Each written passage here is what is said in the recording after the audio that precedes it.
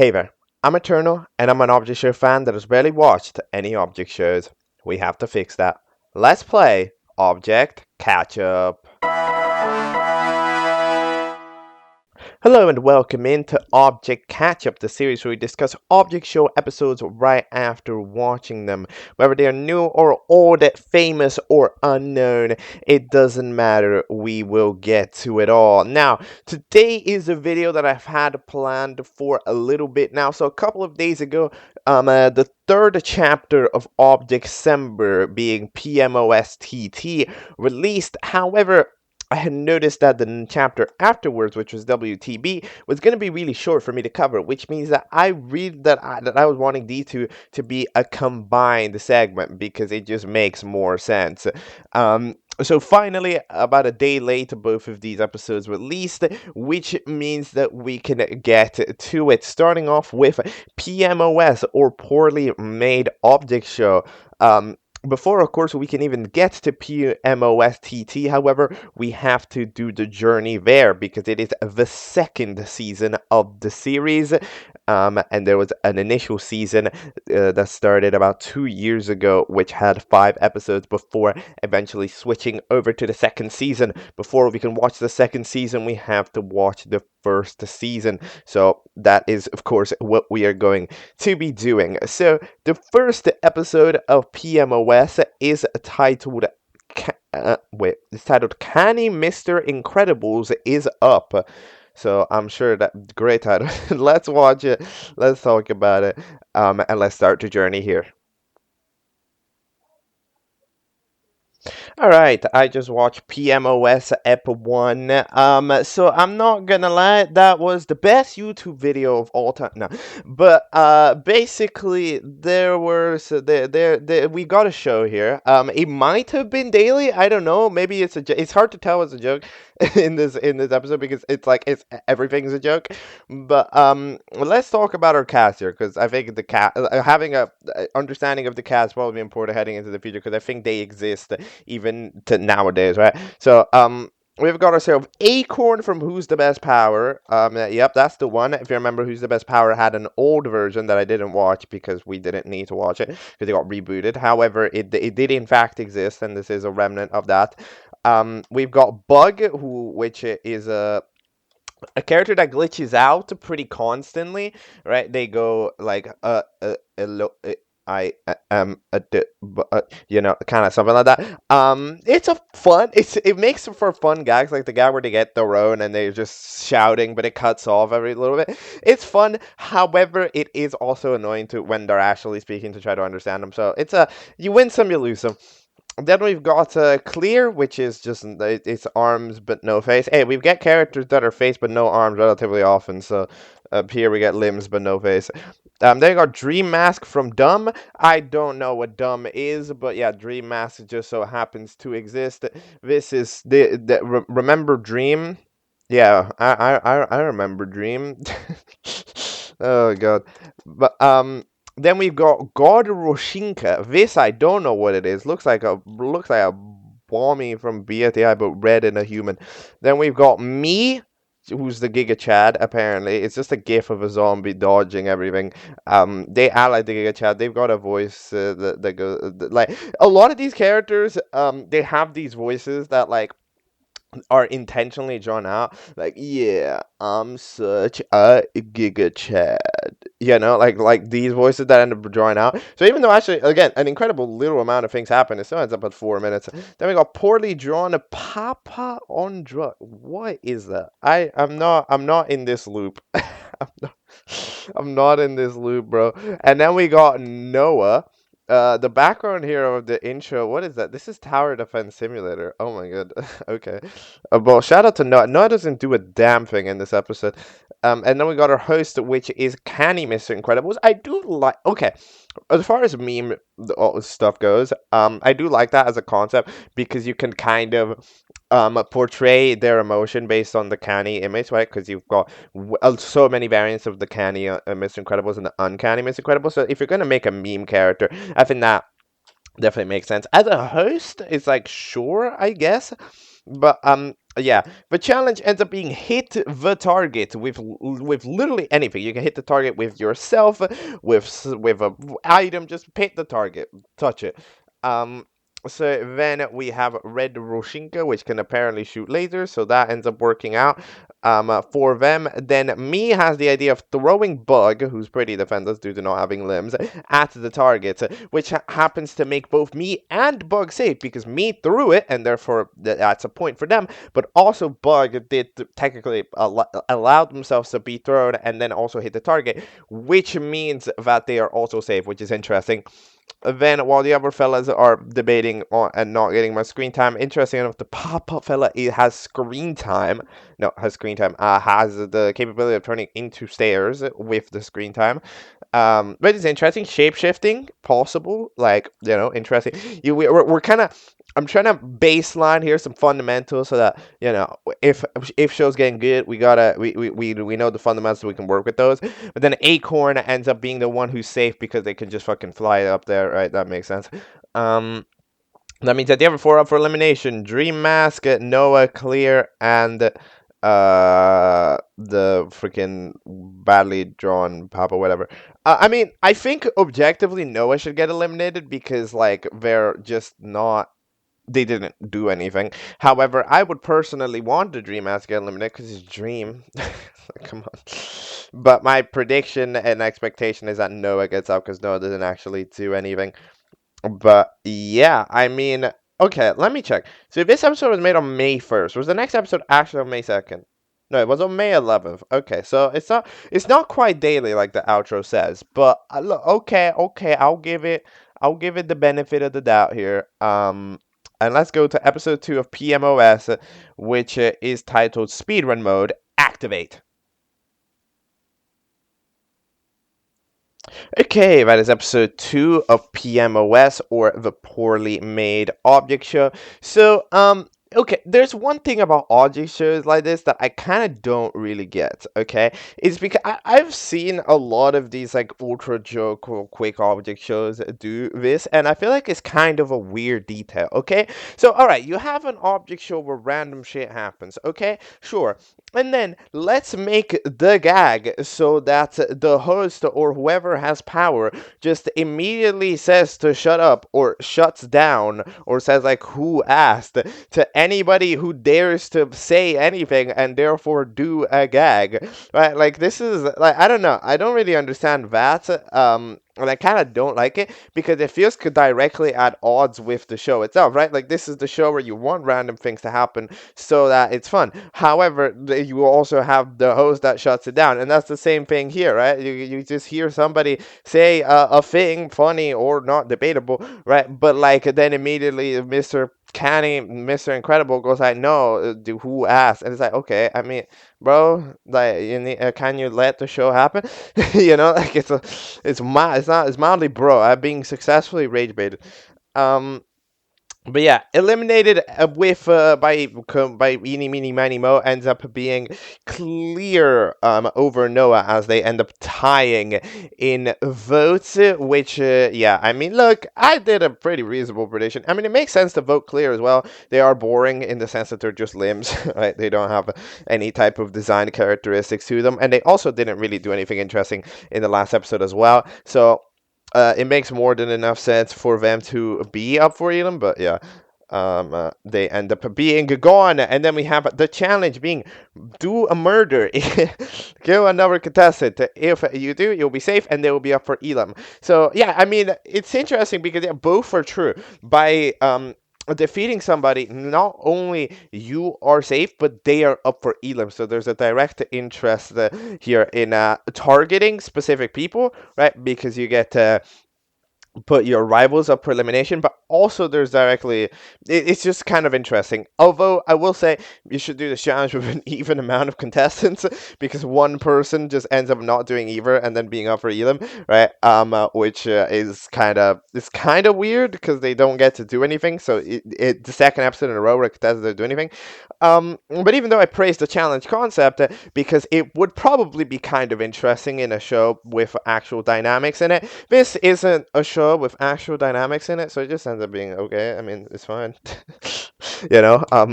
So some contestants die. Again, we don't really know who likes or dislikes each other, and it doesn't really matter. So yeah, Dream the speedrun mode to win. The freaking who else is safe? Noah ends up doing a murder on the red guy. The red guy dies twice in this episode. Bro is a failure. This red fella, I don't know what's up with them. They managed to die twice. They have zero self-defense capabilities. And then the poorly made Papa ends up also winning because me was like, I'm so cool, I'm gonna not do the challenge. So yeah, Mushy ends up dying to him, and then Bug, by kind of not doing anything, ends up being up for Elam. I expect them to get eliminated because they didn't do anything, right? I mean, like you can't have characters that don't do anything in your show. Come on, we have what, eight? Like how many contestants? We have? Eight contestants? No, seven contestants. We don't. How are we failing to give people screen time with seven contestants? Please, oh my god. But yeah, my prediction is that Bug gets out. These voting icons are surprisingly decent. I don't know why the red guy is also like glitched out. What happened to them? I guess this is what happens when you die. Like the 9 lives right now. Um, then Mario the freaking poops because that's what Dream does. I don't. And yeah, thanks for the headphone warning though. That was actually that was that was very nice. You know, I don't expect troll object shows to not troll me, so let's go. Time for episode 3. No, I said no. Wait, what? No, I said no. Thanks. What does that mean? Okay, let's go. All right, so that is episode 3 of PMOS. So, this is, yeah, I mean, it's a video that I just watched, to be honest. There's like a lot of the jokes, and a lot of them aren't, but a lot of the jokes in here, they're like, it feels like these characters and something, like, you know, it's kind of like they already exist, you know? It's like we're getting a semblance of like the amount of preconceived knowledge of like this joke show and this guy's joke show and that guy's joke show, right? That you need to most properly like understand everything that's going on. It's a bit too high, which means that you realistically just need to go with the flow and believe. You just gotta trust that the show's making a joke. It's good. It's probably funny, and then we're gonna go along with it, right? That's kind of what you gotta do. Anyways, we have the elimination. And in our elimination, we have ourselves the eliminated contestant being none other than me. We don't know how many votes this time, but they do get out. I said that the bug was gonna get out, but no, me gets out. I did consider this as an option. I'm not gonna lie. When I was trying to guess a prediction, because they did disregard the challenge, and viewers do not like when a character disregards the challenge, right? Because as it goes with viewers, we were watching a competition show for competition, and if a character is disrespecting the competition, we want to see them gone. That's just how voting kind of goes. However, I didn't consider it like enough of a power in a show like this, but apparently it was. So me gets eliminated. Goodbye. See you later, I guess. But we have our challenge, levitate. The last two levitating will be safe, and the others will be up for elimination. So I completely misunderstood this challenge when I thought that the challenge was to find a way to levitate. I thought it was gonna be different. But no, actually, the challenge is everybody is already levitating, like automatically, and then the challenge is just to remain in levitation. Which is interesting. I mean, the best idea presumably should be to just like gotta be to just leave, no? Like you don't have to be in the spot necessarily. Like you could just dip to stay levitating. And if you're a flying contestant, I mean, of course, take advantage of your flight. For some reason, 4 people have to be up for elimination, even though we can do a 3-3 split and it would be Gucci. But it ends up that afterwards, who ends up falling? Okay, Dream Mask ends up falling immediately, just themselves. Then what happens? The red fella ends up falling. How did they fall? They just no. Oh, Dream runs into them, and then they both fall. Yeah. Then Noah gets rejected for an alliance by Bug, and then Mushy goes like, and then no, Acorn, sorry, goes like, "Yo, I'm gonna." Sorry, they're all mushrooms, okay? Mushy's the fucking person. Anyway, Acorn is like, "Yo, I'm gonna, like, I can help you," and then Noah goes like, "No." And you die now. So then, yeah, they die now, and then the last person ends up being the poorly freaking fella, because they fall at the same time as Bug, but apparently they fell first, which is interesting. Also, I mean, the Bug can just levitate as like naturally, so they could have just gone back up into the air and go like, hey, I mean, I can, yeah, I did a little drop, but I can get myself back up. They can't get themselves back up, right? And then that would have been a flawless 100% functional tactic, you know. But yeah. So different voting system because apparently it changes every time.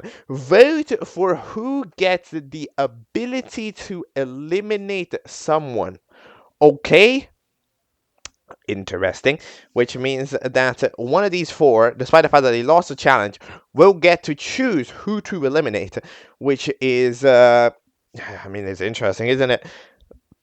My prediction is that Acorn probably wins this because they were the most cheated in the chat. Like the fact that they're up for Elam really isn't like it's not their fault. You know, they were trying to be nice and then they end up losing. Right?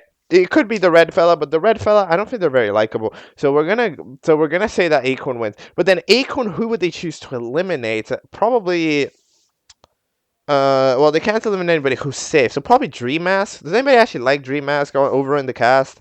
I don't think anybody likes Dream Mask over in the cast. I think that Acorn gets the ability to eliminate someone, and they eliminate Dream Mask. That's my guess. Okay, although they could probably eliminate the red fella. Or would they eliminate the red fella? They might eliminate the red fella. The fact that the red fella has been up for Elam every single time kind of implies that we don't want them to be here. No, no, no. Yeah, no, no, no, no, no. I changed my mind. Acorn wins and then chooses to eliminate the like whatever they were called, the Inca fella. Okay, that's my presumption. Guess we'll find out if I'm correct in episode 4, which is titled "I Will Send You to Jesus."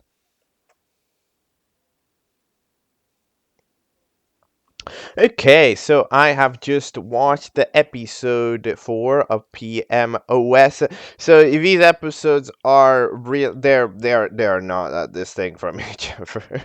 Yeah, I mean, when was this made? June 3rd, and then when was the first episode made again? It was made on May 1st, so there's been like a month of time between these 4 episodes, and they really don't feel any distinct one from the other. So our elimination, I got this way wrong. So like we end up having the prize go to the poorly made Buddha. Why? Because I don't know. I mean, I guess they were also like cheated out of the elimination in a way because um they could have been saved there at the end with the fella, but then with Bug, but then weren't. So I guess they're fair enough, and they choose Mushy because they were saved that one time in episode 1, and then weren't safe again. Right, because they stole that safety spot, which they may or may not have gotten, and that's the only interaction they've ever had with any of these people. I'm surprised they didn't choose Red Groshinka because, like, I don't know, we just really like this show just it seems like it really wants this character to be gone, but apparently no, because it keeps putting them up for elimination. Like, bro, what are we doing? But okay, yeah, I guess I'm pretty surprised that Mushy ended up getting eliminated. Mushy I think got the least votes actually, which yeah, no, I don't really know. I'm surprised. I'm shook. Okay, but yeah, goodbye. And then we have ourselves the challenge. Basically, bro bought 99-cent wing, or well, $0.99 wings off of Wish.com because they hadn't invented Temu yet. And then and then they don't work. So the challenge is make Canny, Mr. Incredible, fly. In any way, they as long as you do it, you'll be fair. So make wings, do whatever you want, but make them fly. A couple of people have the capability of just flying themselves, which makes the interesting possibility that, I mean, technically, if you carry Mr. Incredible, they are flying, but however, it has to be, as a part of the chance, it has to be an autonomous flying vehicle, right? Like something that Mr. Incredible can control. Even though Red Grusinka was like, "Oh, you tell me where to go," I was like, "Nah, we're not doing this. We're not having the freaking taxi service for flying," which, fair enough, right? But then how the hell do you build wings? And nobody really knows. The freaking poorly drawn pup ends up trying to like turn themselves into wings with their shape-shifting capabilities, but again, it A doesn't really work, and B, yet again, it's the reliance on it being a person. So the only real issue, and then Bug can't really do anything. Dream doesn't have anything that they can really try. So then the only character who can even remotely solve anything is Noah, because Noah just so happens that as a part of their avatar has wings of some capacity. I'm not sure if they give their wings, as in literally the wings that they have on them, or if they give the an extra pair of wings, if they have extra pair of wings. That I don't exactly know. However, either way, they give a pair of wings, whether it's theirs or a spare that they have, and it works because, yeah, they are functional wings. But I will send you to Gita. Then we end up having them be safe, and the other four are up for elimination because for some reason 4 people need to be up for elimination every time, even though we have 5 contestants on the show. 4 up for elimination. I'm telling you, episode 5, everybody's gonna be up for elimination. Like, it's just got no challenge. Everybody's up for elim now, and then we're gonna have they're gonna go down to 3 characters. We're gonna have a debut only so that there can be 4 people up for elim. Like, bro. But yeah, the other fellas are up for elimination. Vote for somebody to receive or retrieve. It's spelled wrong. An immunity, and it's be safe.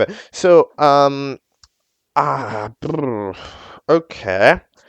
I mean, this set of characters is truly not the best set of characters. I don't know, the poorly made guy, again, because they got the vote the other time. I really can't exactly, I can't tell you another person who it would be. Would it be Dream? Could it be Dream? Is the poop funny? Are we considering the poop funny? Maybe. The Red Ghost didn't do anything. Bug didn't do anything. Hasn't done anything like 3 episodes. But maybe that makes them somebody who should get immune. Who would get rid of him? Let's say Dream. Let's say I'm gonna be bold. No, literally zero reasoning other than Dream. Okay, let's say in this case Dream somehow clutches up a safety from the wraths of whoever, right? And then they end up being safe because like I don't really know who else it would be. Oh no, because no, okay. The reason why I'm thinking it is because like if we're voting for someone to receive an immunity, you want to vote somebody who otherwise would likely get eliminated with a contestant vote. And Dream, a lot of people don't like Dream, so they might get eliminated with the contestant vote because you see how they have the rivals with at the start and the finish with the regular seeker, whatever the fuck, right? So then, like, if Dream got an immunity, it would change the game rather than if the other people got an immunity. Does that make sense? Okay, yeah, that is my reasoning that I'm trying to logic out here. However, who the hell understands the voting of this show? So it's time to head to episode 5. So episode 5 is, I think, significantly older. No, sorry, significantly newer in terms of like an episode, and it's also potentially the transition piece in the new season. I don't really know what it is. It's kind of like that weird in between where it's not the new season, but it's not the old season. So it's kind of, I don't know. But reunion revival. Let's find out what the hell it is. 3, 2, 1. Bada bing, bada boom. Go. Alright, so that is episode 5 of PMOS. So theoretically, I think we probably start in the past with a bug that gets apparently fixed. Noah apparently goes over with the console and fixes the bugs. However, that means the bug, the character ends up swapping out with their texture, and ends up being an untextured texture, right? With the whole, pink and gray color scheme. I'm presuming this is a reference to the Minecraft with how they tend to have a a pink and black color scheme, I think, when you remove textures from anything, and that's like a famous no texture thing. But yeah, they swap out in the intro, and now we have ourselves the elimination done in space thanks to the wings, where the immunity character ends up being none other than poorly drawn fella with 5 votes, which is certainly okay. I mean, yeah, no, I don't really know what the voting procedure is. I think here we just go, I get like, this is a very like knit circle type of show going on here, so it's like we just voting for whoever the people like, which is fair. So they will end up being the one who is has immunity in this situation. Not sure why they're the fan favorite, but what are you gonna do? What are you gonna do about it? So they are immune, and everybody else gets to vote. I'm surprised that the save characters don't get to vote. Also, yet the idea of Bug having spiky teeth, I don't mind it. Bug, by the way, also has subtitles now. There's like captions on the screen, so you can understand what they're saying. This was very widely necessary because in this episode, Bug actually tries to say sentences, which is illegal. Like, you just cannot understand proper sentences for Bug without having to read it. Like, yeah, it's very complicated. But Bug, the Oak Bakers, like Dream Mask and Regular Jinka just vote each other, so it's Bug's decision who matters, and they end up voting for none other than Dream Mask to get eliminated. And you know what? Now that I'm looking at them, I actually do like the facial expression that Bug is pulling in this scene. I don't know what it is about it. I'm kind of jiving. Jiving. I'm kind of vibing. You know, I'm kind of okay. I don't know, but Dream Mask ends up getting eliminated. Goodbye, goodbye, goodbye, goodbye, goodbye. I do not have anything else to say about you. It's time for them to disappear, and that means that they. No, like our host disappears for a little bit, but actually he ends up disappearing for like 7 months, which is interesting. Regarding ends up debating with the fella because nobody really likes him, and eventually we come back 7 months later with new assets and stuff. We have the redone intro as well, with the fellas with their new assets. Everybody has the new assets, including the eliminated character. Actually, I don't know if Red Grzynkko or the poorly drawn guy have different assets. However, they're both relatively interesting. The Uncanny now more HD than the Canny Roblox. Bro, I'm saying wrong words. The Canny Mr. Incredible. Okay. I am okay. I know I am a little bit disappointed that we didn't utilize more of the Uncanny Mr. Incredible here. You know, like there's an interesting little variation that you can do, but instead every time Canny Mr. Incredible's mad that they don't grow uncanny, and like they just remain the way that they are, which is a little bit unfortunate because I think it'd be cooler. Noah ends up having the largest design rework, as they're like they have an asset now, which is interesting. It looks surprisingly clean. It's not lineless, but it's very thin lines is what makes it feel really different. But yeah, it's pretty cool. And then we end up also having the final challenge. No, not the final.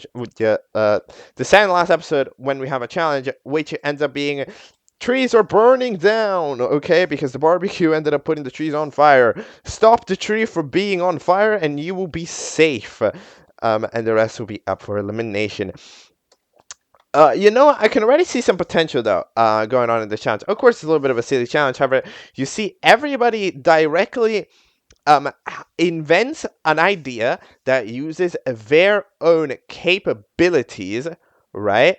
To try to stop it. Now, some of them don't work, but they are interesting idea, right? Like, what does Noah do? Noah has the developer console, so what will they do? They use the developer console to try to spawn in water so that they can stop the fire. Smart. It's smart. It's very smart. I mean, if you had the developer I would debatably try to teleport the tree away. I think that would be more interesting. However, that'd be more functional. However, yeah, to form water, and that's pretty smart.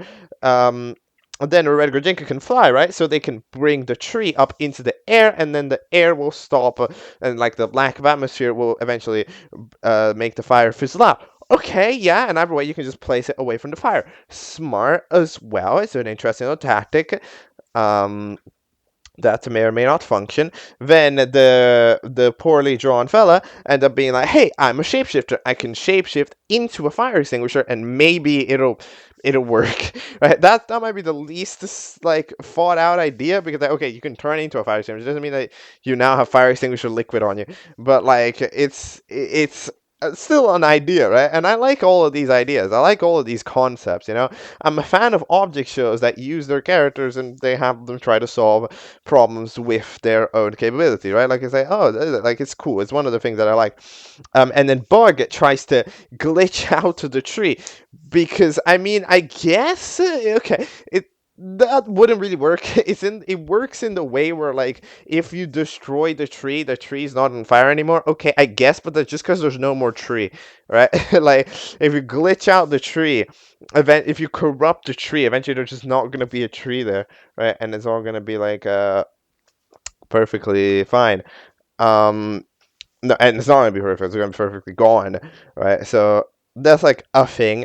But eventually, the character who wins is Red Grujinka. For once, I know, right? It's possible for this character to win a challenge.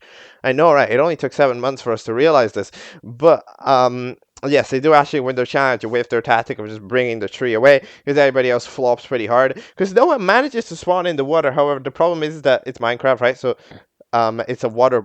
It's not. It shouldn't be Minecraft. Not a thing. You're in Roblox, but anyway, you spawn a water block, which freaking crushes them instead. Which it's fun. It's a fun gag. And the fellas are up for elimination. Middleman. I'd predict that the middleman in this kid would likely be Bug because the freaking evil. I mean, I don't know. It's been a while, so the voting would have probably changed.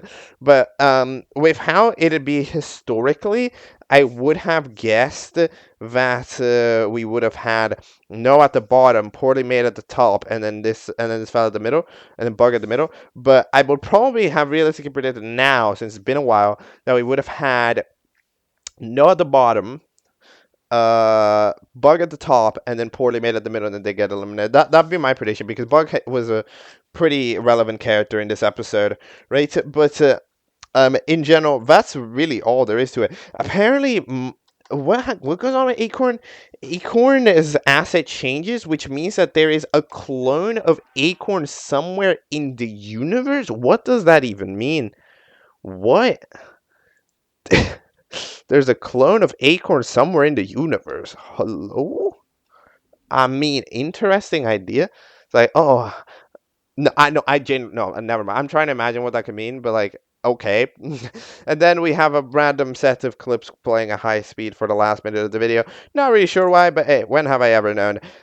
Alright, that is PMOS, the end of it. Okay, which is interesting because apparently the last episode was going to be the finale, and PMOS TT1 is titled "You Said This Was PMOS 6." So I'm interested to see if PMOS TT1 is going to be more in the era of trying to wrap up this season, or if it's just going to be an entire like if we're restarting from there. Also, one little pet peeve. I'm sorry. Poorly made object show Triple Trouble is season 2. No. Wait, is it called Triple Trouble? Wait. Yeah, it is called Triple Trouble. Triple Trouble is the most season. It's the most season 3 name of all time. I'm sorry, it just sounds like season 3, and then we're doing it for season 2. Whatever. But let's go with episode 1. Let's try to clock this in episode 1. You said this was PMS 6. Alright, so that is PMOSTT1. So we're still acting ourselves out relatively chill. This is one of those episode 1s that brushes through literally everything.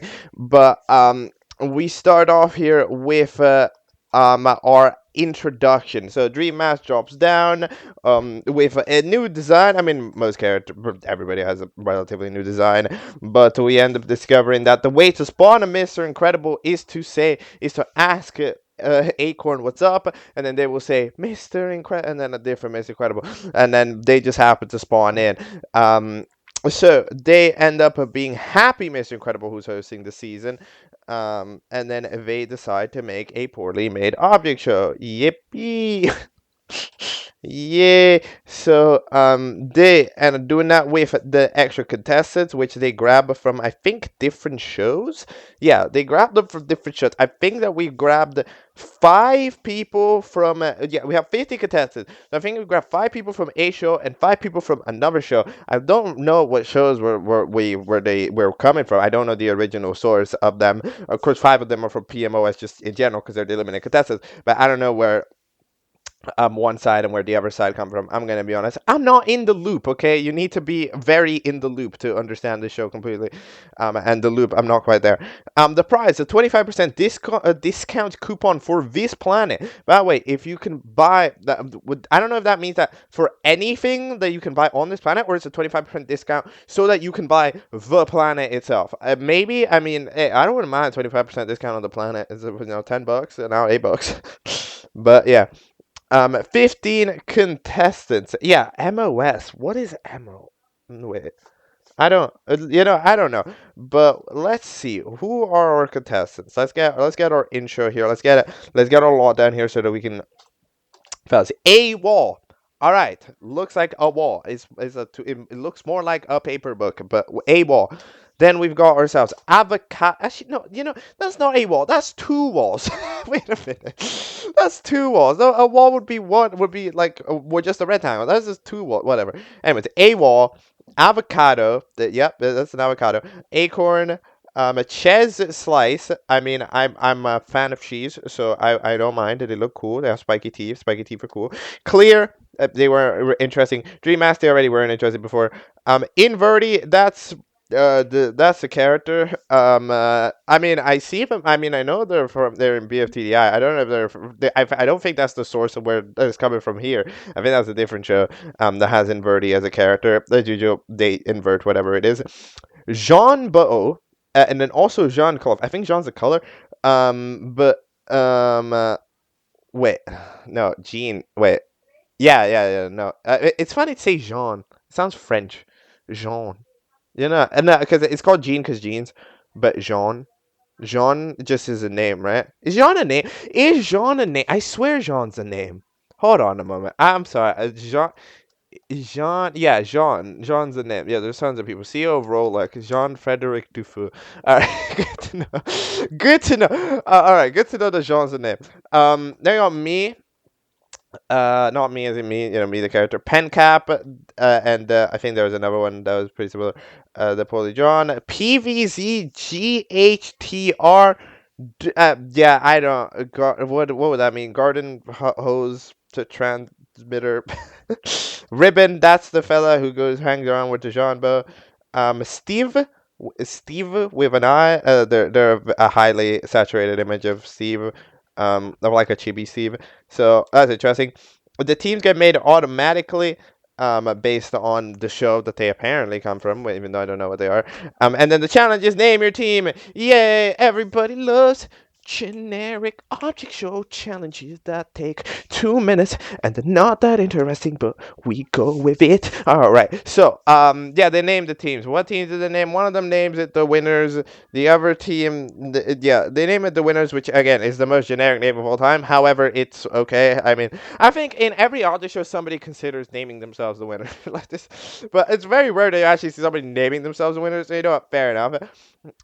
This is the team of Steve, Chess Slice, Avocado, A Wall, or 2 walls, and then also Inverti. I mean, yeah, I don't know enough about the characters. Like we really don't get to know anything.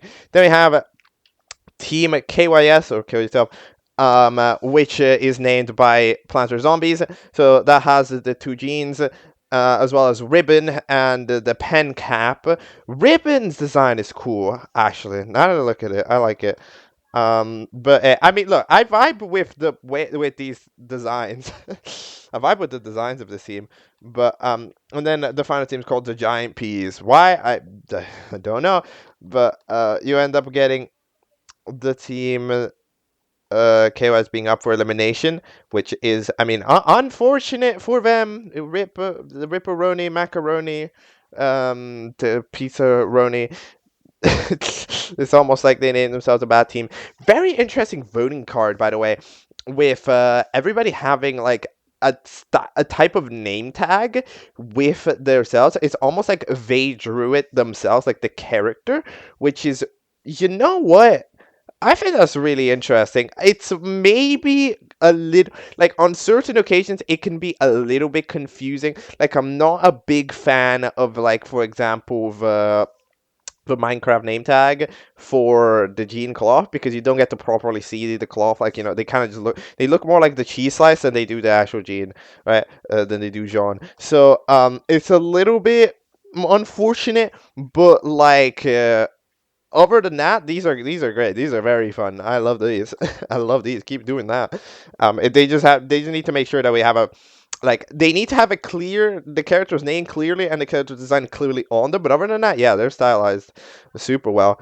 And then yeah, we have the fellas over from the mainland. They're with their old non-renovated designs. So theoretically, we're in a situation where this, I think, probably. I mean, again, we're using the non-renovated PMOS 5 designs for like Noah, which means that this is before that Canny, Mr. Incredible came back.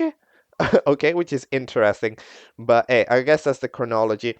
Episode 2 of PMOS TT is called Your Treasure Be Mine. Okay, let's go.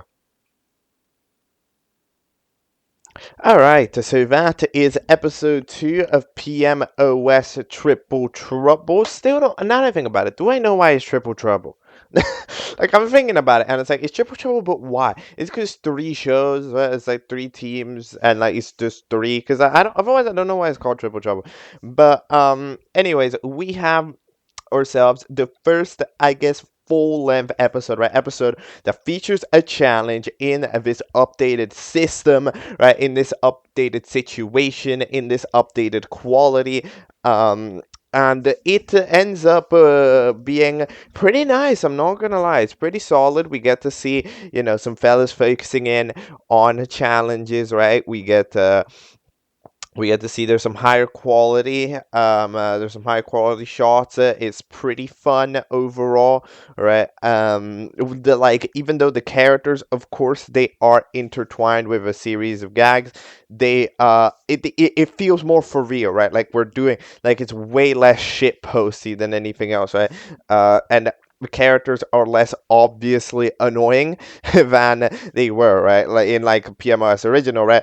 Like, you cannot bear to listen to me talk for more than 5 seconds. They just go, I'm the Giga Chad because I am the Giga Chad, right? But like, instead here you can actually, like, it's still like, there's still a little bit of that essence, but it's been updated so that it still functions as a character in the show, right?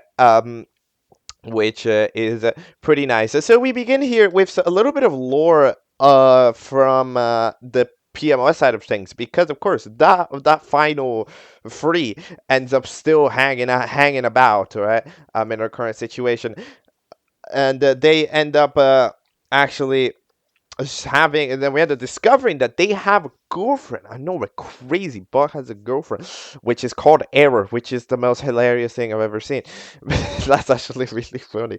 But apparently she lives in the city. So then they're going like, yo, I mean, we ain't really doing anything. So can you lead us to the city? And then I mean, okay, fine. I guess we'll go there, go meet her or whatever, right? They don't really got anything else to be doing. One thing, yeah, no, there's so much variety to the facial expressions of the PMOS characters now, which it's really fun. Like, both Noah, like, I praised the ones for like a bug a while back, but for Noah and the like Red Grozinki, I think they've also heavily improved as well. They're actually rather fun, and rather enjoyable. So we end up having ourselves the elimination after a team starts arguing about the team name of not being a great name. By the way, this is very rare. Have you ever noticed, like, the amount of times that we get to directly see a team argue over challenge performance after the challenge in an object show?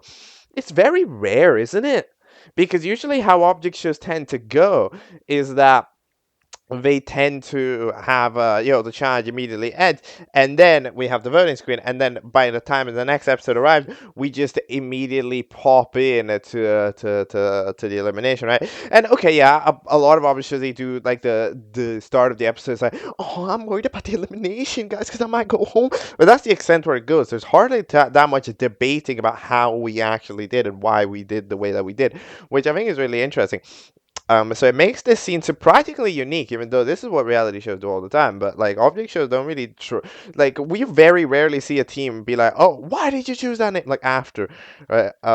Which is interesting. We end up seeing this little happy fella, Happy and Canny, seems to have an wait. What did that text say? Wait a minute, I just saw text on the screen. Did that say help? That did say no. Did it? What the hell did it say? What is that? I think it's help, but the P has a like it's like a F. That's not a letter that exists. Okay, anyway, whatever.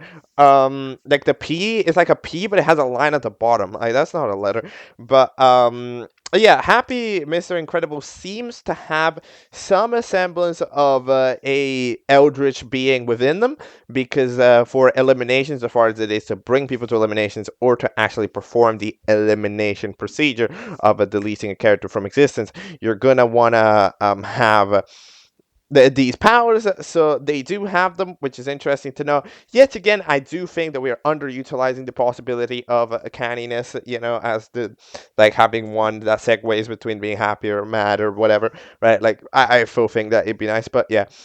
And we have a guy that apparently we serve something, and then the hammer gets mad because this is you calling me fat? But a great design for the hammer.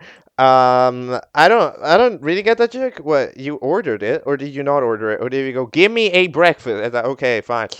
What?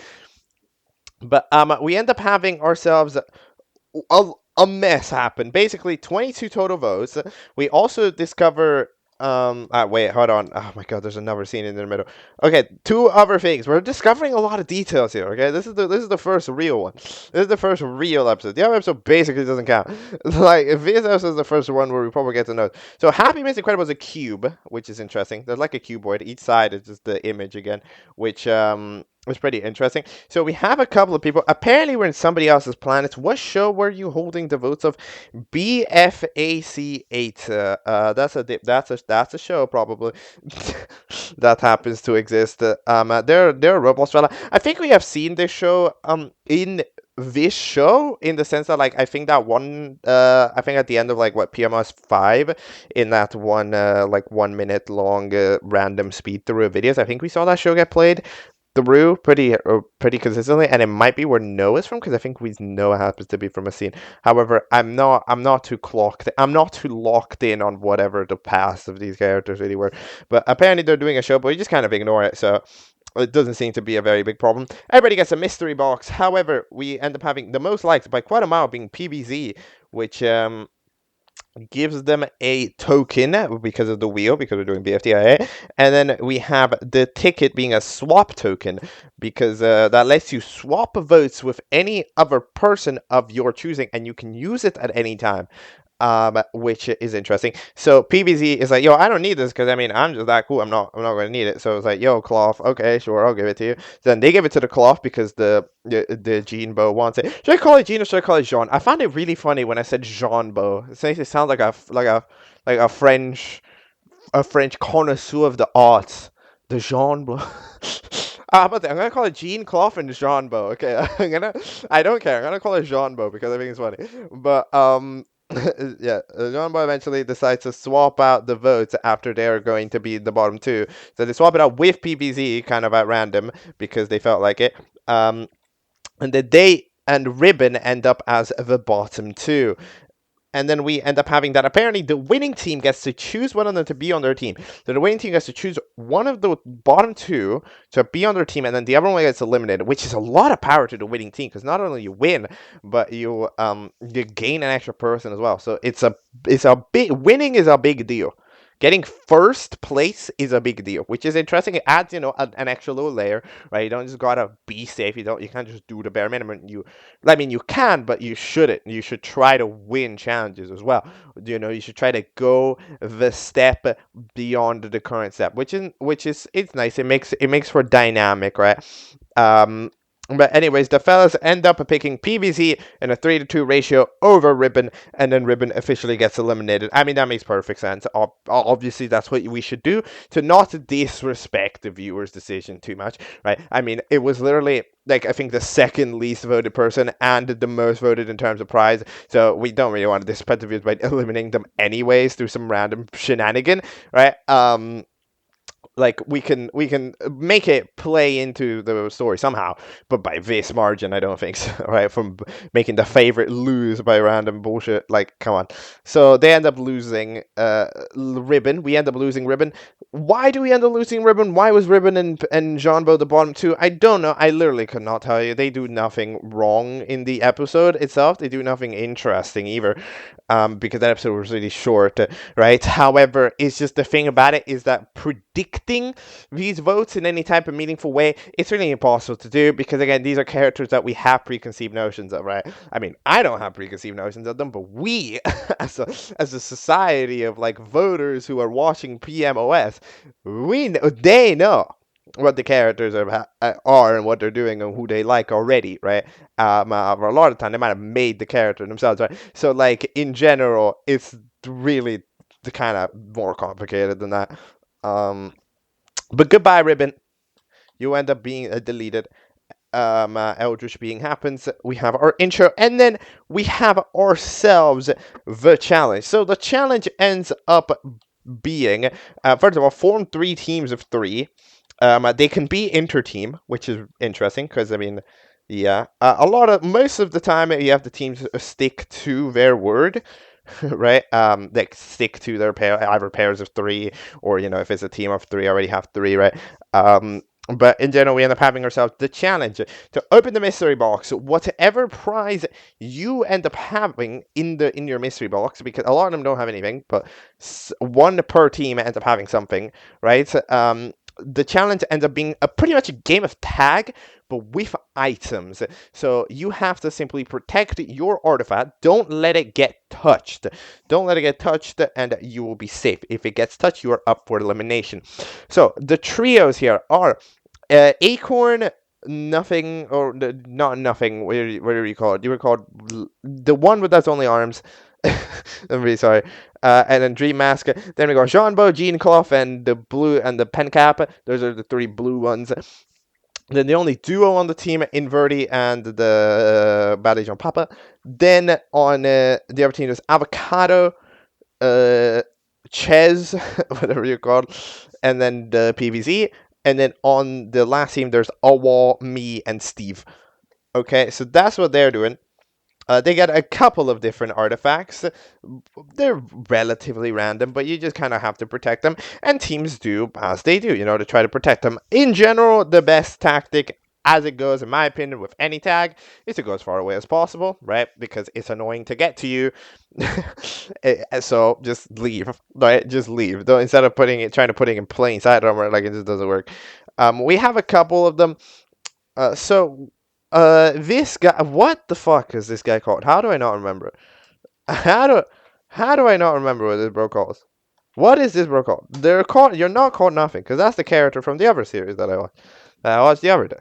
You had a different name. You were called, like, I am actually, when you like have somebody beat dumb. Yeah, that's me. What in the world? Hold on. I am going to discover this. Okay, whether it's the last thing that I do, I'm gonna go to the intro just to clock it again because I somehow don't remember. Okay, you're called Clear. All right. Now I'm very sorry for stalling you, but they have an elytra. So they end up doing the thing. They wear the elytra the entire time, and they pretty much start causing a little bit of interaction, a little bit of ruckus. So yeah, they kind of gets into some fights. The elytra breaks itself a little bit, and then I think stops working. But in general, this team ends up, I think, being safe at the end of it. They managed to wait. Is this team? Yeah, this seems safe. Yeah. The one with the Elijah safe. I got confused because the voting icons are extremely confusing. I'm telling you again, these voting icons they're a little bit suspect. They're a little bit complicated. When noticing from afar, right? But like, I understand it. All right. Then the blue trio ends up getting a barbecue. They just a grill. It just gets a grill with some food on it. And they decide to have fun. They get away with it by entirely just hiding it behind the jean cloth because nobody, I guess, thinks to check behind them because too obvious. So they're just freaking grilling behind there and they're just chilling, right? And they can cause some ruckus from time to time, but they end up like being okay. Then we end up having the team with 1 hour. Okay, 1 hour is what Gradienty and the freaking Papa has, and then they just kind of try to put it in. Apparently, it's really heavy, so they try to like raise it a lot to give it a lot of height, and it works for the most part. However, they eventually just kind of. Unfortunately, by the time that the lock-in happens and they can't move, it was on the floor, right? It would have been huge if they got it to be, I don't know, stuck in the air, right? But unfortunately, it's locked in on the ground. So then at that point, we were screwed. And Verdi managed to morph into the 1 hour and drive it and drove into Gene Cloth, which means that they hit the barbecue. However, unfortunately, they hit the Gene Cloth first, which means that technically Gene Cloth hit it, right? Technically touched it first before they touched the barbecue, which is unfortunate technicality. Like I understand, but it's not really. I personally would have just kept the 1 hour on top of the dead guy, right? Because like it was pretty safe up there. It wasn't falling, so yeah. Then we've got ourselves the other trio. This trio just ends up the PVZ trio. So they just kind of dig underground to a cave. They put the pea shooter there in the cave, and then they go play Uno, legally distinct Uno called DOS. You forgot DOS is an actual card game that exists. You gotta do it tres, otherwise it doesn't work. You can't do it tres, otherwise it just doesn't work. DOS is an actual game. But you end up having the pea shooter ends up getting cold and becoming an ice shooter, and then somebody I think tries to catch them down there. I think Elijah ends up freezing them, which is fun. That's cool. So yeah, this team manages to survive off the power of the fact that their weapon, like their treasure, is also self-defending. So yeah, they get away with that massively. And then at the last trio, the trio of the Minecrafts, the Wall, me, and Steve, they have a gigantic stack of crafting tables, which is impossible to really hide. However, they do a relatively decent job of defending. They managed to fend off Acorn and the Dream Mask from it. However, unfortunately, while they were fending off Elytra, the other team with Jeanbo and the Pen Cap end up also sneaking up behind them and touching it. It's difficult. You need to have defenses from all sides, and while me was a pretty decent defender, the other two were kind of irrelevant, right? So then we have our teams up for elimination. Again, I both really like these voting icons, and I both really despise them. I can't because it's like, do we have the icon of the character is with the treasure of a different team, and it's like I get it, but at the same time, bro, is this kind of confusing? If you're not paying a lot of attention, it'll be confusing, especially for somebody like the Elytra, right? Like, okay, that's a walls thing, but also it's like it's the Elytra, but the Elytra is just how clear looks entirely, right? So it just looks like clear. So like it's kind of but yeah. Other than that, stuff's pretty cool. They eventually reach the island where the city is. By the way, the fellas over at the PMOS are regular.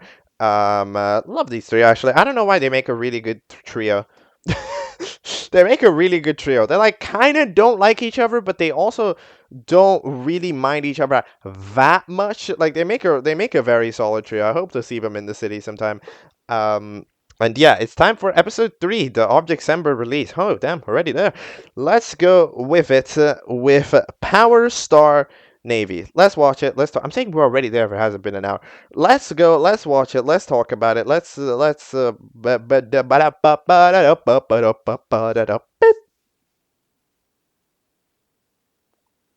All right, so that is PMOS TT3, which is the third chapter of Objectcember Power Star Navy. Now, we have here ourselves the Objectcember intro taking place at full effect, which is great. Yet again, we have another different variation of it. So, for the Google's diplomatic show, it was green. Then here for Liney, it left it fully. Everybody was white, and then here it's yellow. So I'm trying to decipher how the hell this works because I'm actually really interested. So originally, when I saw the Google diplomatic show, I was like, oh, are they gonna just start? Going like all becoming green, right? Because you're progressing across Objectcember. No, so then maybe now I'm thinking, yo, it might be the character's color, right? Because Google is green, while Happy Mr. Incredible can be considered yellow, I guess, as one of the main tints. However, then you're wondering, okay, well, Liney's black, though. Well, yeah, but you can't make Liney black, because if you make Liney black, then it'll just blend in with the background. So then that one has to be kept white. So that's what I think is going on, which theoretically means the fourth chapter, if this all correct, right, that should be mushy, which means it should be red. So I guess we're gonna have to see if it's true, but if my theory is correct. But that will be left for later discovery. Anyways, that's not even. We're not even talking about the show right now. So we end up having a chat about some fellas. So we didn't talk about poorly drawn Papa because we're wondering, yo, weren't you like in the other season? And it's like, yeah, I mean they were in the other season. So how did they get here? Did you get eliminated? And the answer is no. Apparently didn't get eliminated. They were chilling and then they got teleported by an evil portal to this universe, right? Which is a different universe apparently. Which now proceeds to wonder, where the hell are we? Because what? Because like I think, dude, I don't know where this is. Because I'm not really understanding it. It seems like the eliminations might be taking place across different universes or something. Because like we have common grounds, okay? We have common ground. This purple landscape is, well, it's roughly connected to the city, but the city is from what show? Wait, what?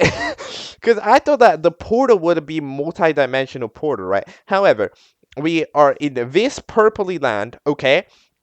And then last episode we saw that that we either went or are in the land of a different show, the Roblox show. Okay, sure. So that's a different land. Then here we proceed to teleport for the sake of the elimination into the Who's the Best Power land, okay, because we end up using them as prize and everything.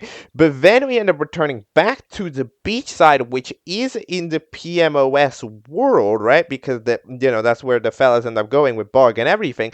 However, if you remember, if we're using portals, then the PMOS world should be a different world than the PMOS Triple Trouble world, right? Because they should be really far away. So I mean, if we got teleported by portal, then it's like, I mean, I don't know. It might not be a multi-dimensional portal, but it has to be. Or do these shows genuinely all just live in conjunction with each other? I don't. Maybe they do, but it's a little bit of a weird. Like I'm confused at the locations that are present here. What do we have available to us? Where? What places? But anyways, our elimination ends up being derailed about 5 times over by the fellas over from Who's the Best Power, which and also by a wall that they interrupt elimination a lot. But the prizes end up being the various power-ups. 96 total votes, which is actually 48 votes. The multiply by 2. However, we end up having, who gets the prize?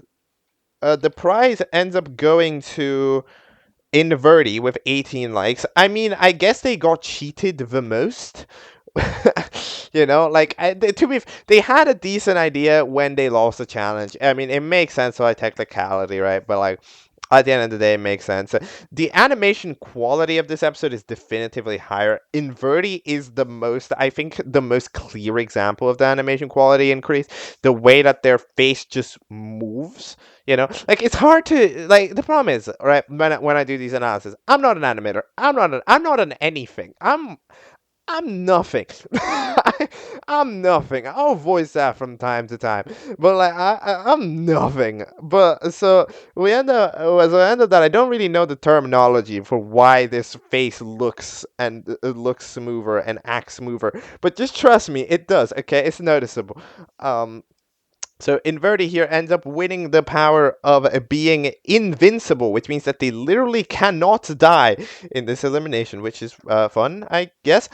Then we have ourselves the elimination. By the way, the TV that displays the vote and who's the best power is here. Let's go! Shout out to that TV. I remember praising it in Who's the Best Power, which is fun. So yeah, I'm not exactly sure where we are because remember, like doing we're in Who's the Best Power, but we're in like the old one. I think we're in the old Who's the Best Power. Remember, Who's the Best Power got rebooted, and I think there's more contestants there right now than there were like in the current Who's the Best Power. There's way more contestants than in the Who's the Best Power as far as the people present there that get turned into prizes. But also Who's the Best, which is the show that we're going to be watching next, that has a different setting of people. So I think we're in the old variant of Who's the Best Power. I think, as far as I'm aware. But everybody ends up getting prizes alongside the fellas that go up for the bottom two, which end up being none other than Poorly John Papa and who and a wall, yeah, a wall, and then the winning team, which was the blue trio, ends up just simply claiming the pump immediately because who the hell wants a wall? Nobody cares about a wall, so a wall ends up getting firmly eliminated. And goodbye. And now we have ourselves the intro. Oh yeah, this intro has a. Doesn't this intro get? Wait, did this intro get a rework? Am I stupid? No, it kind of didn't. It did it? Wait. Did it? No, it didn't. It didn't. Or did it? It might a little bit. I think it got a mild rework. But Power Star Navy. So we now have ourselves at the beach side. Remember, the beach side is where the trio was. Actually, not the trio because Noah left to go away.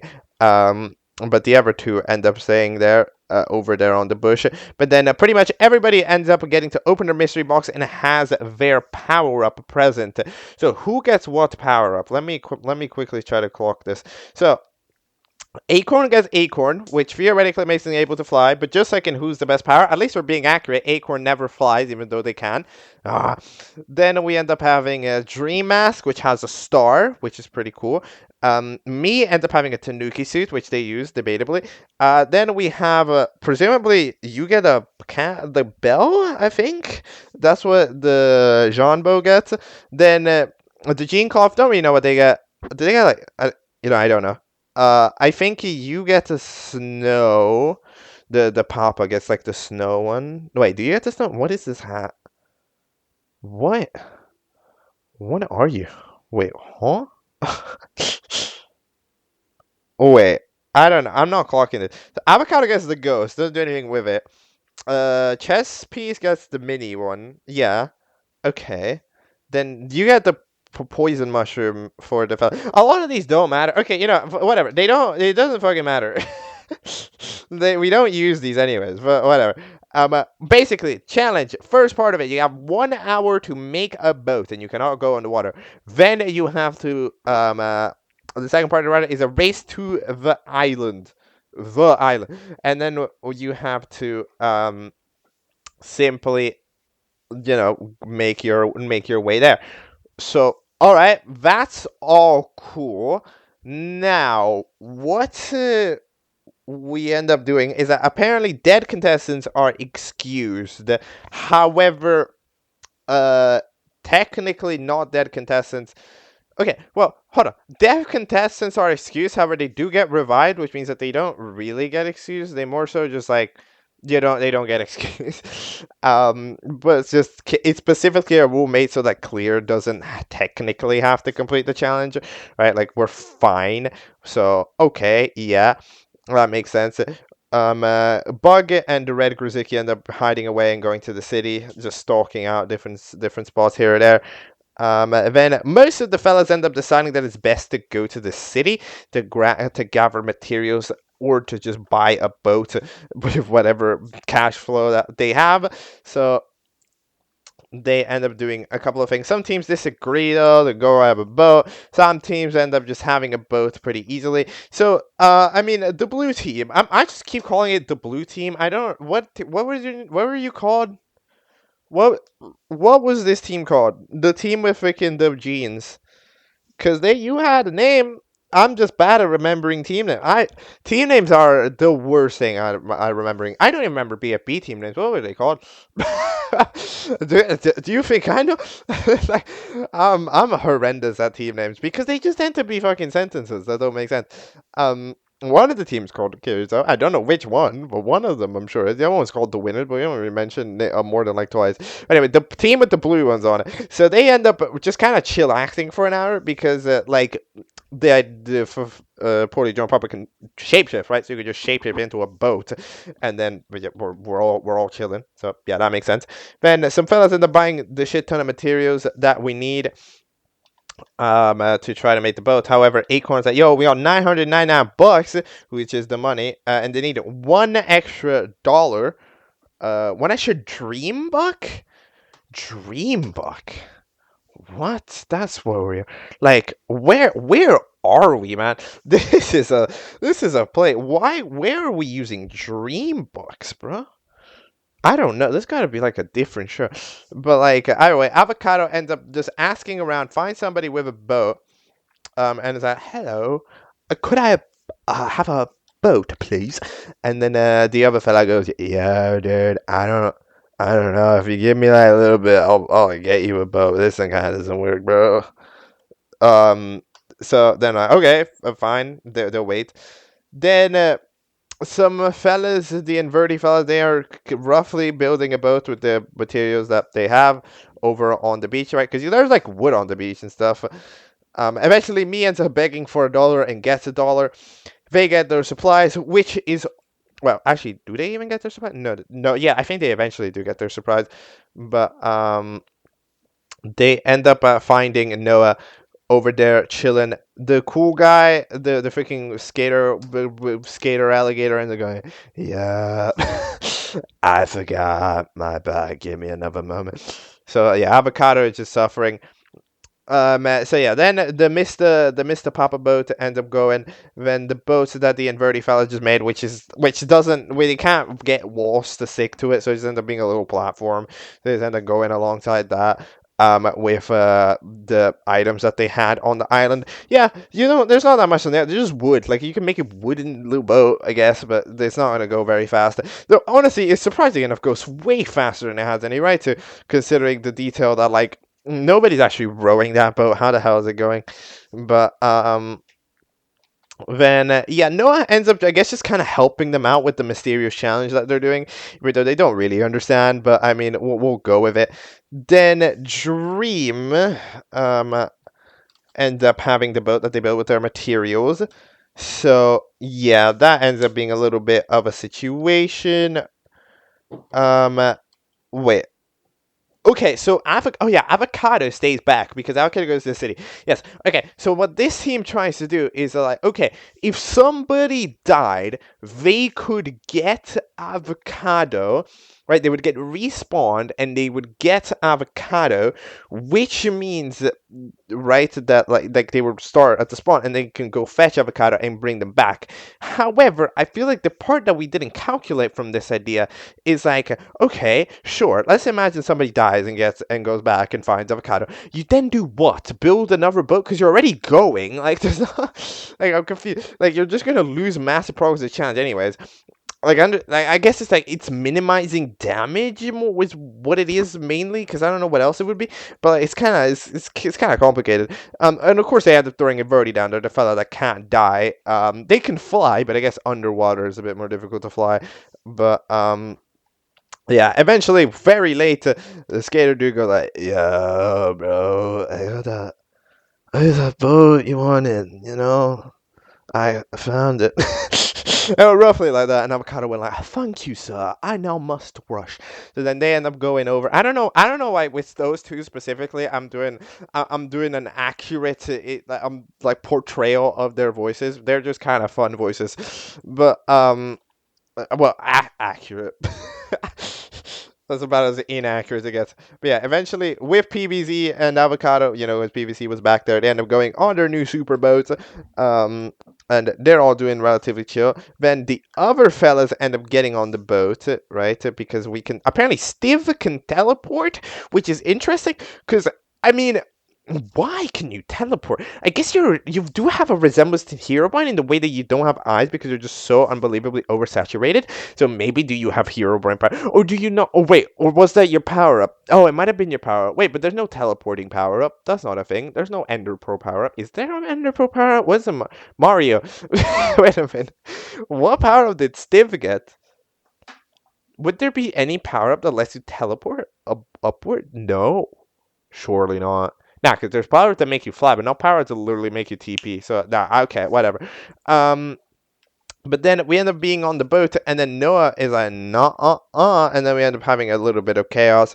We grab me, bring them all the way down, crash in with me, and then it's like it's a mess. The boat ends up struggling, right? The super boat, right? Then we end up having a fight scene. Oh yeah, Block Tails reference. That's fun.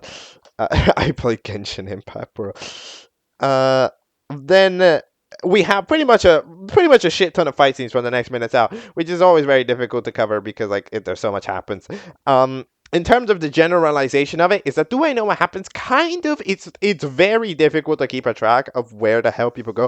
It's like boats are exploding, people are flying. You're on this boat now. You're under the water. You were frozen. You were in the water. You were doing a fight. You died and then re-alived, and then it's just a mess. And you're on the island now, right? And then it's chaos all around. Is it cool to watch? Yes, it is cool to watch. I'm not gonna lie. There's no complaint about it. It's a lot of fight scenes. It's pretty swag. We jive. Okay, we vibe. I'm saying jive a lot today. We vibe with it. Absolutely. Some of it is very swag attacks. Oh yeah, the pen cap starting to break down. Then the fight scene with Dream was cool as well. There's just a lot of cool stuff happening. Like I'm not gonna lie, yeah, there's just a lot of cool stuff. Then we end up having a little bit. Oh yeah, we have a little pause from the fighting because Dream's like, "Yo, we gotta get to the finish, please." And then Aiko's like, "What? You care about being safe and about saving our friend that has been frozen for 2 days, that is under the water, and literally is probably dead." And it's like, oh my god. Bro, I don't get this that much, to be honest, because, okay, unvalid crash. I'm gonna say not justified crash, in my opinion. You say, what, you lost everything. No, this guy, it's gonna, if he dies, okay, which let's imagine he dies. First of all, he's debatably already dead, but let's imagine he dies, right? That's fine.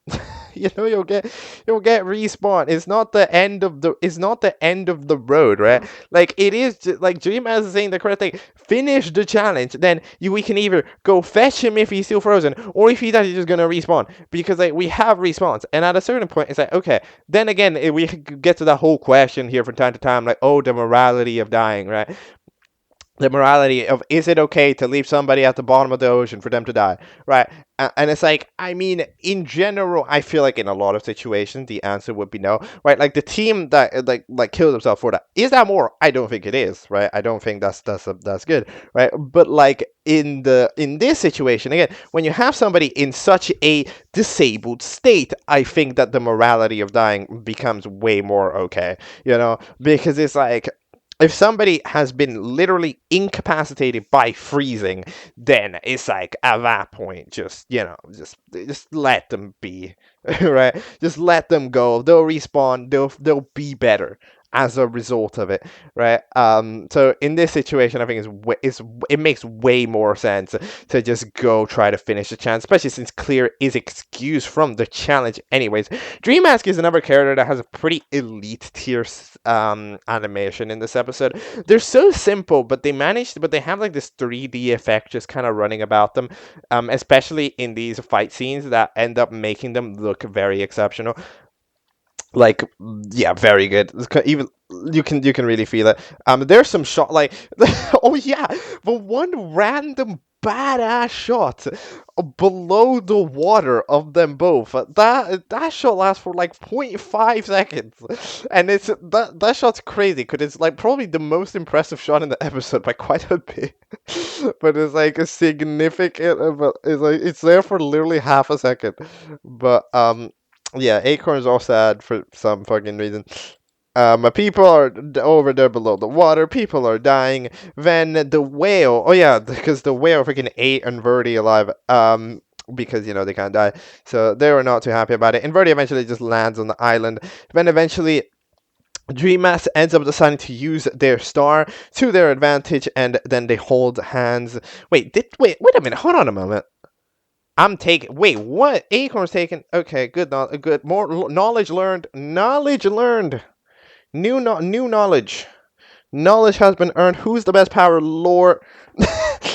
New lore. I mean, probably not new, but it's probably 2019 lore. But then you have the star. Then they end up accidentally doing a supersonic instead of a Super Mario. But they end up activating speedrun mode and making it to the finish. This was cool. I'm not gonna lie. This is very cool. But yeah, they make it to the end. However, the problem is that Me is gone, right? Me is gone, and then we end up having a final rush there to get to the finish. Me ends up using their Tanuki suit, running. Oh yeah, I can use the power up that I have, right? So they end up doing that. The mini chess ends up also being there, trying to make it. Then they get knocked off, however, at the last second. They end up running by, and Me, with their flying capabilities, looks like they're going to be able to make it first because of the added on agility. However, the problem is that wait, hold on. Who gets? Wait. Hold on. Not even about it. Wait, yeah, the cheese ends up landing on it because Inverti eventually decides to, at the last second, strike against Me so that they don't make it before the mini cheese. So then they make it alongside the Gene Cloth, right, who already made it earlier. Okay, yeah, that makes sense. And then that means that the other team is up for elimination, thanks to Inverti. So Acorn, DreamMask, and Me are the three up for elimination. That's a big deal. That's a big deal. I mean, this team did a lot of shit, had a lot of stuff going on with them, right? We have overall Me, which is just cool. In general, had a relatively had the quietest episode out of those three, I think, but acted pretty cool. Has a costume, which when a character has a new coat of paint, that tends to go down well with viewers. And in general was fine, right? Then we end up having some other fellas. DreamMask was, in my opinion, way more logical than Acorn. However, Acorn does get the additional buff of having the sob story. DreamMask was cooler, like acted cooler, and in my opinion was in the right. I think that Acorn should be gone. Like I understand the whole sob story. Oh, yo, I feel bad, but it was, in my opinion, a very incorrect time to do that, right? Because like I don't know, it didn't feel right. Cause like what we're really, oh, yo, we're caring about the safety of our teammate that's currently frozen and pretty much the same as dead, anyways, right? It's like caring about the corpse. It's like, no, the corpse of the acorn that I have in my hand is gone.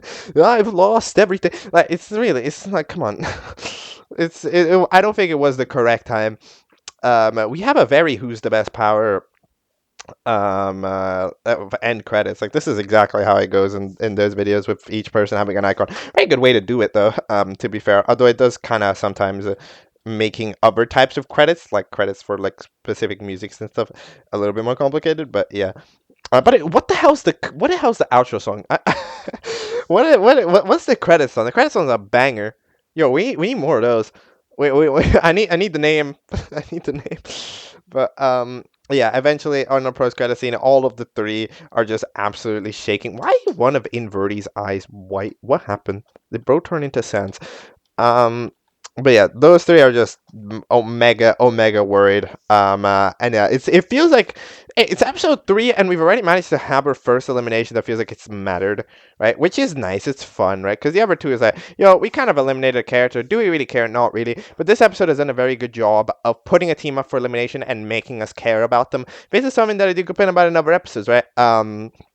I mean, I guess we'll pull an Objectcember example. A lot of the time, BFTDI complain, yo, the team that's going up for Elim is the team that loses because they don't do anything. However, that's not good. You want a team that does a lot to be up for Elim. That way you care about the characters and have an opinion on who to vote.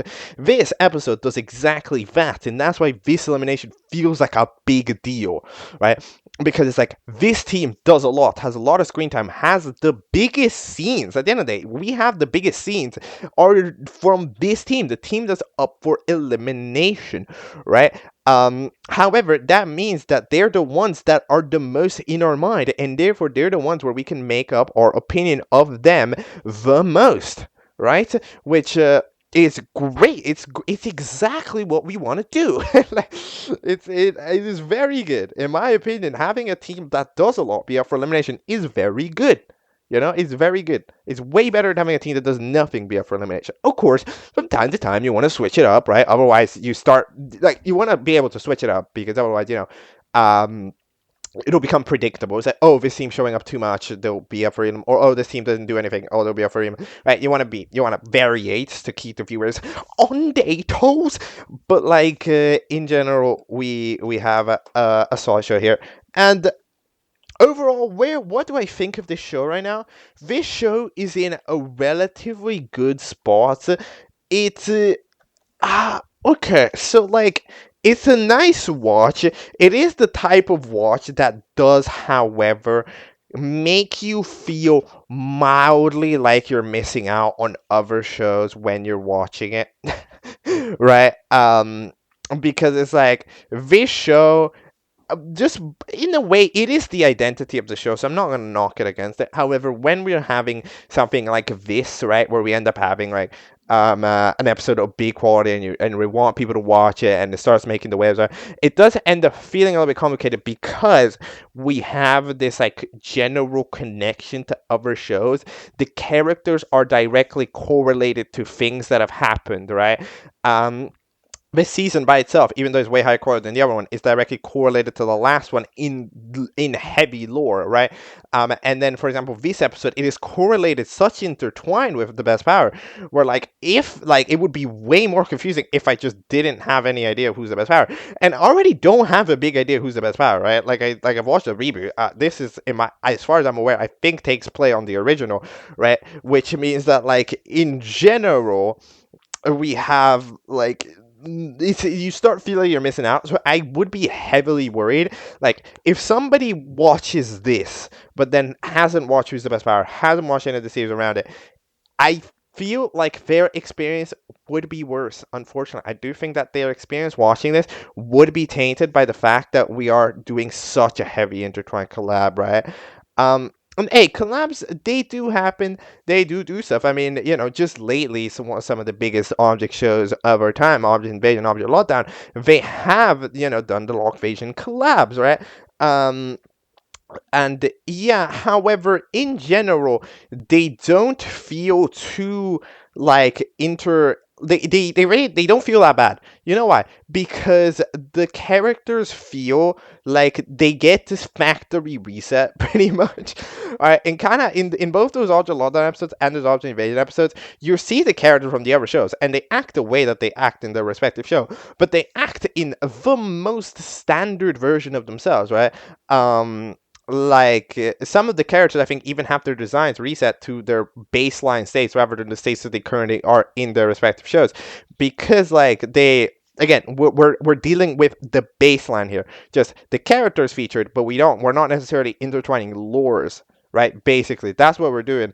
That this show ends up probably struggling a little bit more to do because of it, right? It's kind of like, I don't know, when Pencil appears in II, you don't, like, Pencil doesn't have any of the Pencil lore that she does in BFDI. Is just a cameo, and we get to see the very baseline Pencil with the very baseline Pencil personality, basically, right? Because it's fun, but it's not intertwined with any lore. This very directly is intertwined with the lore of other shows, and I think that does harm this one. Although, can you really improve it? No, because it's the identity of the show. At the end of the day, this is what this is, right? However, even though this is part of the identity of the show, and I feel like, yeah, something would be lost if you were to completely cut out the existence of other shows from it, I am just gonna point this out as a thing to think about if we wanna, make this show higher and higher effort. Right, we're having 6 month production times. That, like, at the end of the day, even though it is a very high production edit with a lot of love put into it, there's also going to be a lot of love that people don't realize because it requires a complex web of understanding that a lot of people just won't be able to have because they don't know what to have, right? They don't know that we needed to watch Who's the Best Power to watch PMOS TT3, pretty much that set of things, right? But yeah. Other than that, everything's great. I mean, now animation's great, VA is great, music's great. Everything else is done very well. I didn't really notice any mistake. Writing, I don't mind. I mean, I think that the Acorn crash out, I think, was wrong in the sense that, like, it wasn't. I don't think it should have happened. I don't think Acorn should have crashed out. But that's not necessarily the writing's fault. Like, a character can do something I disagree with. Like, I can disagree. Yo, this isn't that big of a deal, but you can still do it. Right, so I don't think the writing is wrong in that department. The episode's cool. There's a lot of fight scenes, though. I understand why it took 6 months. Like, the last, like, 5 minutes of the show was pretty much entirely just that, right? Like, the 5 minutes of the episode was pretty much entirely just that. So, like, maybe tone it down a little bit if we want to get episodes faster than 6 months out. But I mean, we're gonna have to see. At the end of the day, this episode is still suffering from being in episode 3, which means that it has a lot of the growing pains, right? It has the growing pains of just being an episode that like being a show that's still growing into its peak, right? Because, like, it starts off pretty low quality and then it slowly picks itself up, and it's like, what is the quality threshold that we're going to be ending at, where we're going to go, like, this is good enough? I don't know. It might be this. It might be even higher. We don't know what the quality threshold that we're trying to reach here is. I would personally suggest to just stay like this. There's currently nothing wrong. If the show looks like this, I don't mind. But perfectly Gucci with me, Gucci gang. That's a song. But, like, yeah. Overall, I think that's all I can realistically say about PMOSTT. Enjoyable, especially the last couple of episodes. The first season, not sure about that, but, like, we'll go with it. Let's do the next segment. You know what it is, but I'm still gonna introduce it.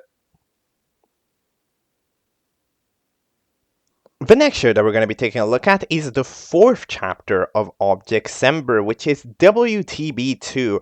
WTB, or Who is the Best, has had its 2nd episode released yesterday after a 1-day delay. So, yeah, I mean, hey, we just watched PMOS, and we really are just taking, like, I don't know, 3 steps over to the latest field where the WTB probably is taking place. They're not too far off. But, it is time to watch it. The episode is titled Poorly Made Art Show. It is double the length of episode 1, which is interesting. But let's go watch it. Let's go talk about it. Just as a reminder, last time we did a balance beam challenge, very classic. And then we had the contestants who lost be up for elimination as Double Mushroom, and I think the time clock ended up winning, which means the other fellas were up for Elam. All right, let's see what happens in episode 2. Let's go. Okay then, so that is WTB2 Poorly Made Art Show, which is very nice. Now, we start off here with our Objectcember intro, and yes, alright then, I have finally clocked it. Mushy is indeed red in the Objectcember intro, which means that's how it works. It took me 3 whole chapters to understand how the hell the lights at the bottom of the Objectcember intros work, but now I understand it, I have the knowledge, and now I will go forth with the next one. I don't know who the next one is, though. This is just like a rectangle. But yeah, mushy. So anyways, we get into our episode. So, WTB is a very interesting show to cover, right? Because in the way that I talk about a lot of episodes, we encourage complexity, right? We encourage shows having more, like, story, having more things, daring more, doing more to be more interesting, right? So we encourage additional complexity. This show is interesting because this show is specifically trying to encourage additional simplicity.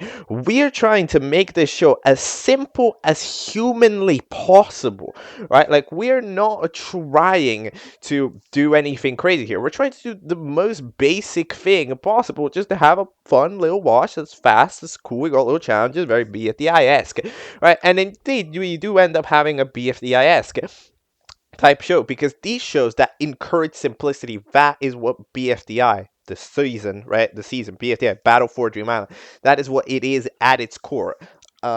It is a season that encourages itself simplicity. It plays around within its concept. However, it mainly tries to keep itself simple so that they could get an episode out every month, right? That was the idea, and they did execute it perfectly, in my opinion. To be fair, like, while I think, of course, Battle for G-Minor doesn't age very well, it is extremely good at its job, right? It was honestly one of the greatest achievements of Jack and Jellyfish back in the day. So we end up having an interesting show here that, gives off those same attempted vibes here.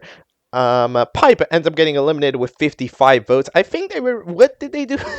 They threw shells back at some other fellas. I think they were maybe like mean. I don't know. They weren't too interesting, I guess, as a power up either. They just explode out of the way, and we have our next challenge, which is to draw. Okay, so this challenge ends up being, but it's not actually a drawing competition in terms of draw better. No, it's a drawing competition in terms of draw more, which is interesting. So you have to draw as many possible drawings of your contestant that ends up getting chosen at random as possible, and then you win if you have the most.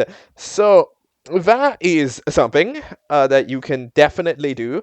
Of course, then a lot of questions drop in. What counts as a successful drawing, right? What if a drawing's bad? One of the team with the stopwatch claw, with the time advantage guy, ends up doing their own thing, because they're their own team. So yeah, so purple double mushroom, sorry, and then piranha pot end up being the fellas that get drawn, which is a little bit complicated because, of course, the piranha is a more complex character design than usual.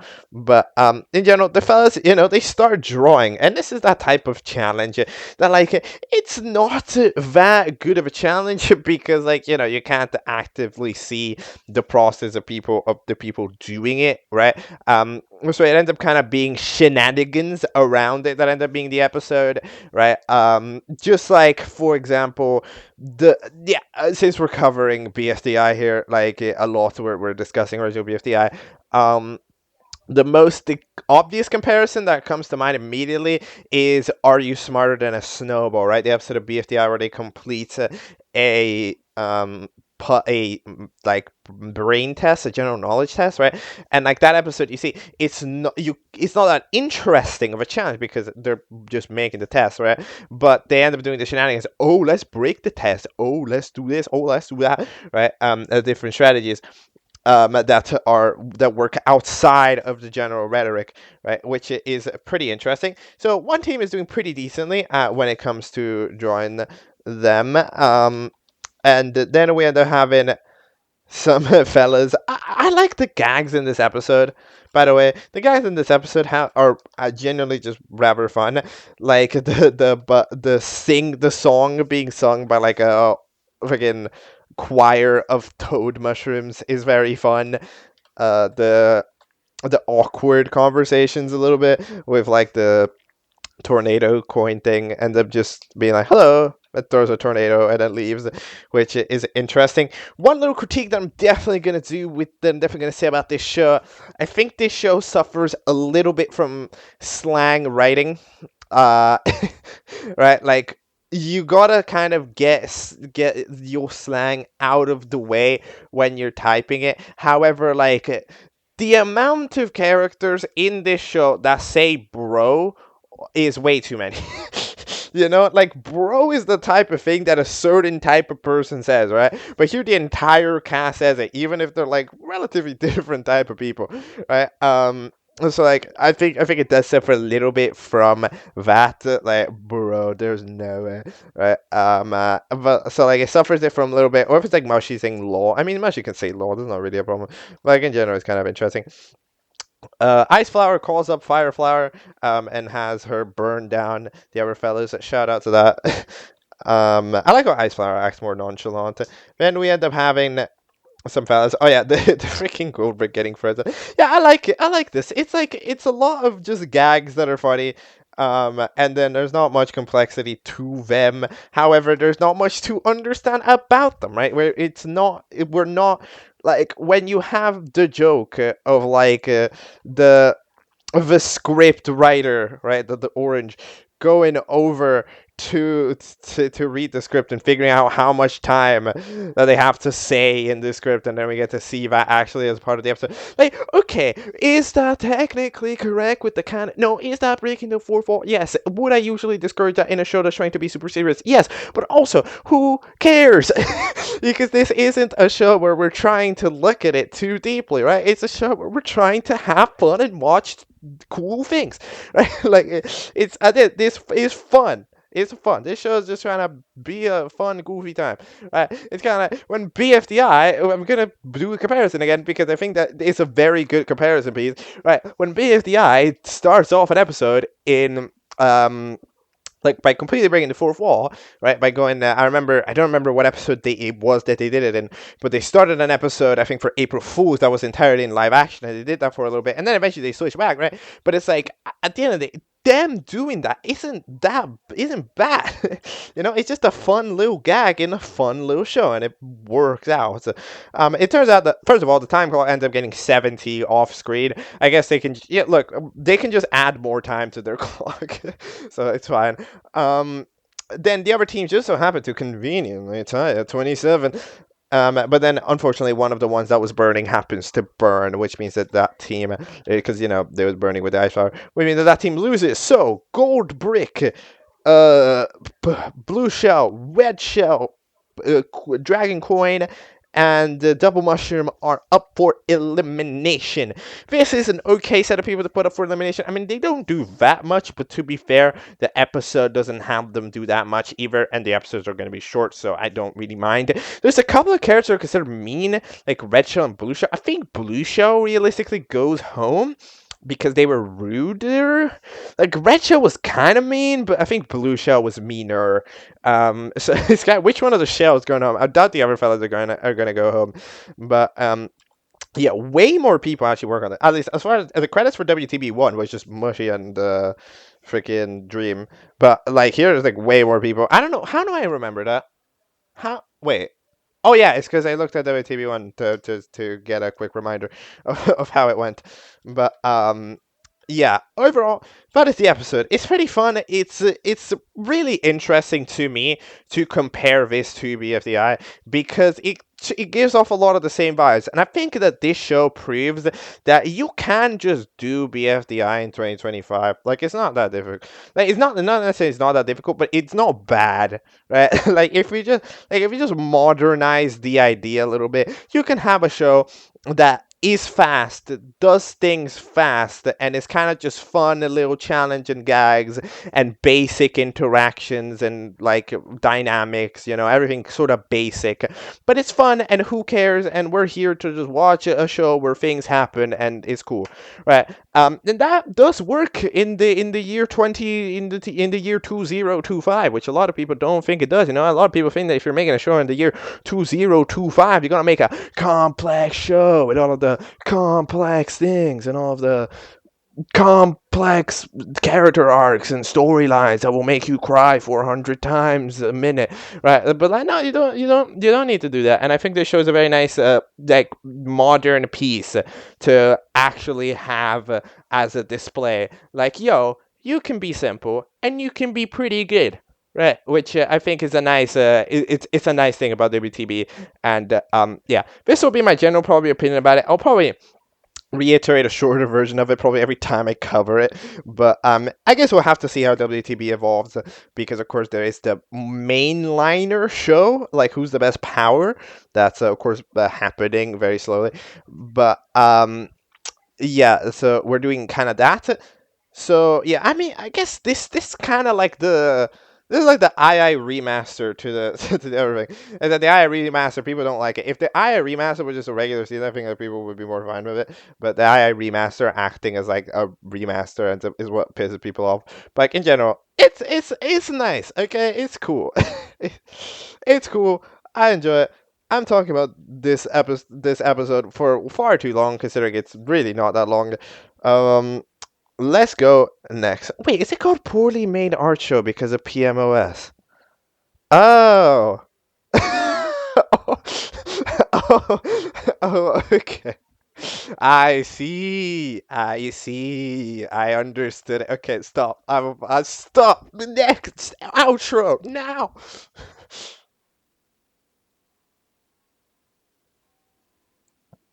Alright, that will be all for today's episode of Object Catchup. It was a full Objectcember video. Could I have technically fit something else here? Okay, I guess I could have, like, not in the timeline where I actually covered the episodes, because I specifically covered them later because I didn't need to, right? Covered them immediately. However, what I technically could have added something that I don't think anything would have fit here. The vibe of this episode is very Objectcember-y, right? They covered two things. Objectcember. This is an Objectcember video through and through, right? So I don't think adding in another thing to this video would have really made a lot of sense. So we're gonna keep it relative. We're keeping it chill, all right, on that aspect. And we're just gonna take a look at stuff every day. What will I take a look at next? No idea. I'm actually completely not planned out on that front. I think the next Objectcember chapter is on the 20th, but I don't know. I guess I'm gonna have to check back with the schedule. I haven't checked with the schedules of when things are releasing in a while, because I've not had to, because I've just been drowning in things that I'm late to, right, for ages, right? So yeah. We'll get to it. I'll figure it out, okay? Trust the process, all right? Actually, never trust the process, but trust the process, okay? So, yeah, that will be all for today's episode of Object Catchup for Objectcember, for PMOSTT, for WTB. We are all caught up. See you next time. Goodbye.